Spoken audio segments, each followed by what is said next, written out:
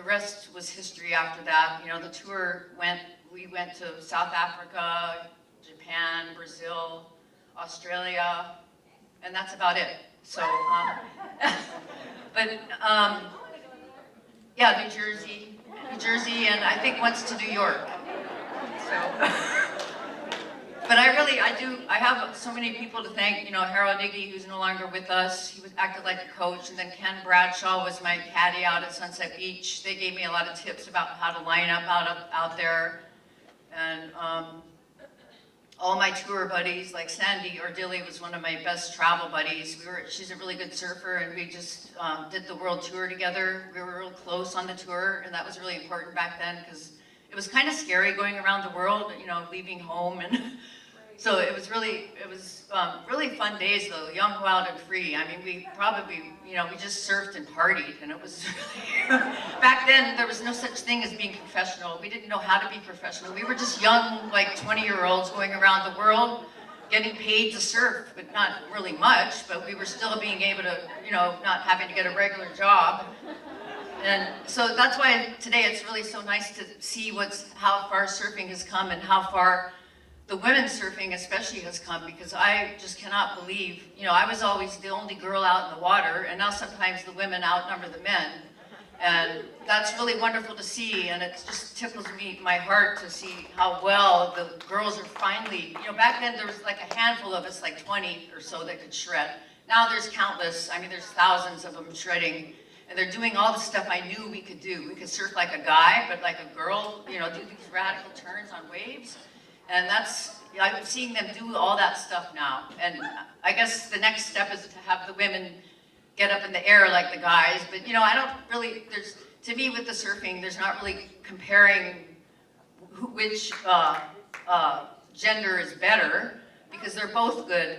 You know, we both have our own ways of surfing, and the women are finally showing it, and it really excites me to see that. So anyway, the next thing I want to do is just thank the California Surf Museum for giving me this award, and also all my fellow honorees tonight. Congratulations to all of you, and all the people before us, and keeping the history of surfing alive to me is one of the most important things that we can do. I'm really wishing that Hawaii had something like this. You know, in Hawaii, we're seriously lacking in any kind of a surf museum. So I'm really impressed by what you guys have done here to keep surfing alive and known. It's amazing, all the work that you put into this to keep the history alive. And I'm very impressed and honored, and I don't know, thank you so much.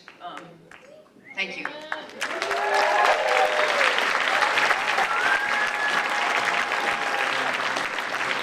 Hi, ladies and gentlemen, this is the Silver Surfer Award. Thank you. I'd also like to, one of the things that all of the Silver Surfers get is a Nixon watch with their name engraved on it. So I'd just like to thank them for that. That was a really nice thing for them to do. The next person I want to introduce is one of the greatest linsmen in surfing's history. He has spanned multiple decades of great surfing, and he's a very good friend of Joel Tudor's, and here tonight to introduce Joel is a very good friend of mine, a great backgammon player, great friend. Please welcome Tom Survey.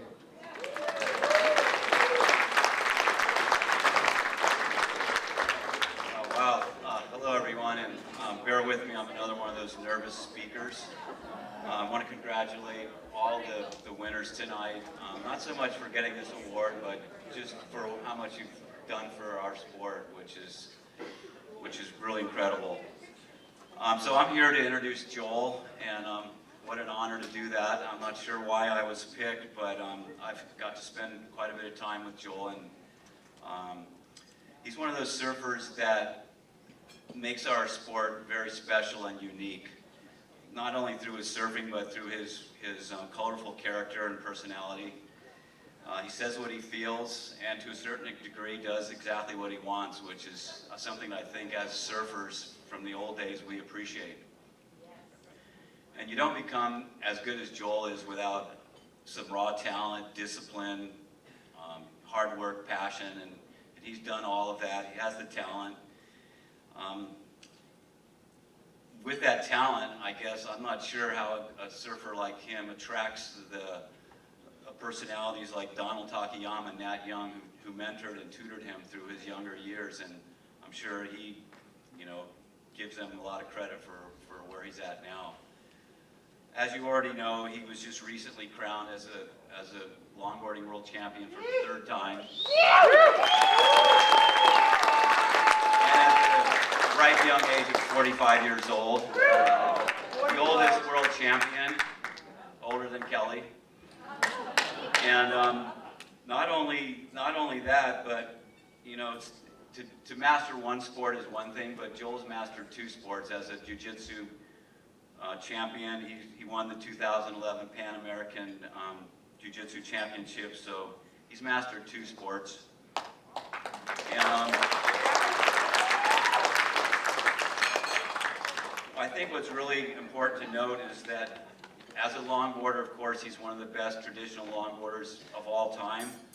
But I'd like to think, and I'm sure most people agree, that he's not only one of the best longboarders, but he's just one of the best surfers in our generation, period. It's an honor to introduce you, Joel. Come on up. Sorry I don't have a longer speech, you guys, but I don't know.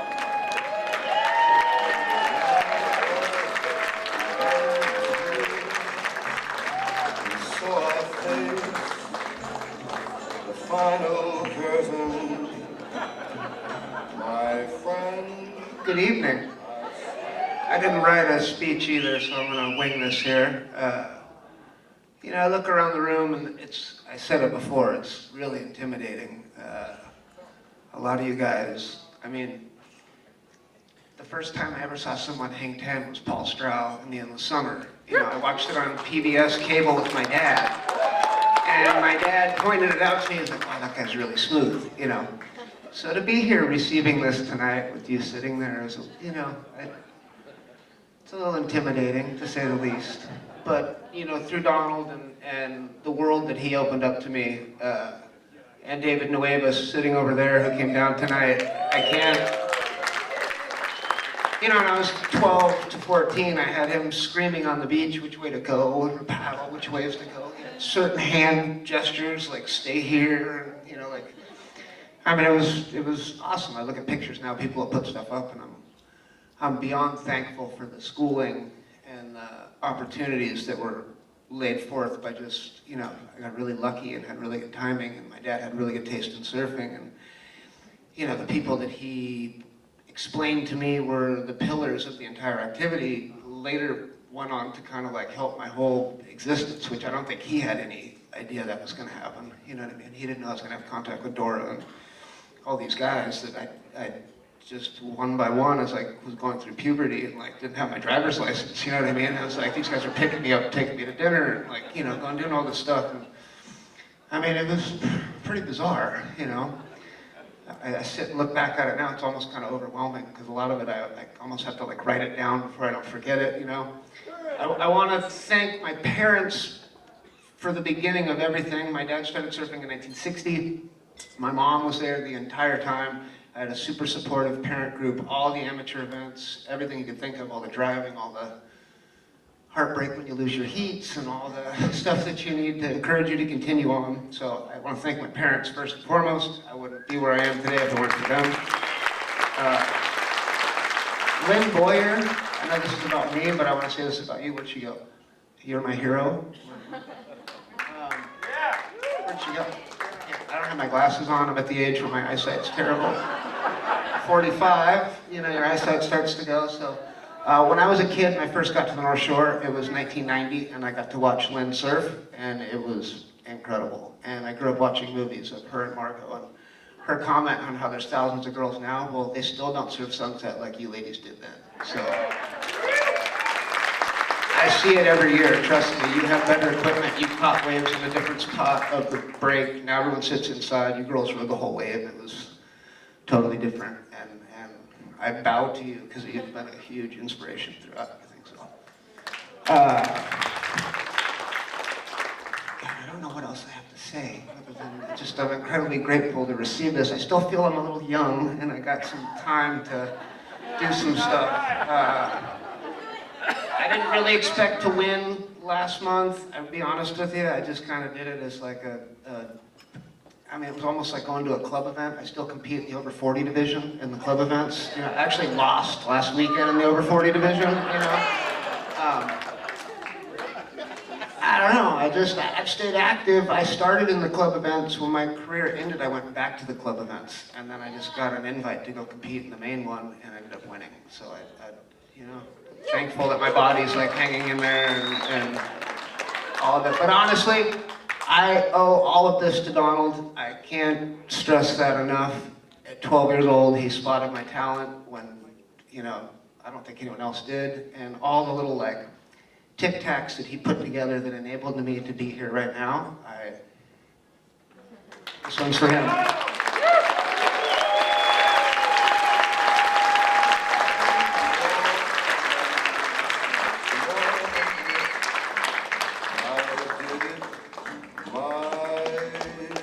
Reigning world champion, Joel Tudor, ladies and gentlemen. I feel like there's more titles in Joel to come as well. We gotta catch Kelly, Joel. The record will be ours. Well, coming up to the stage next, one of the all-time greats at skateboarding, one of the pioneers of this sport. Round of applause for Brian Logan.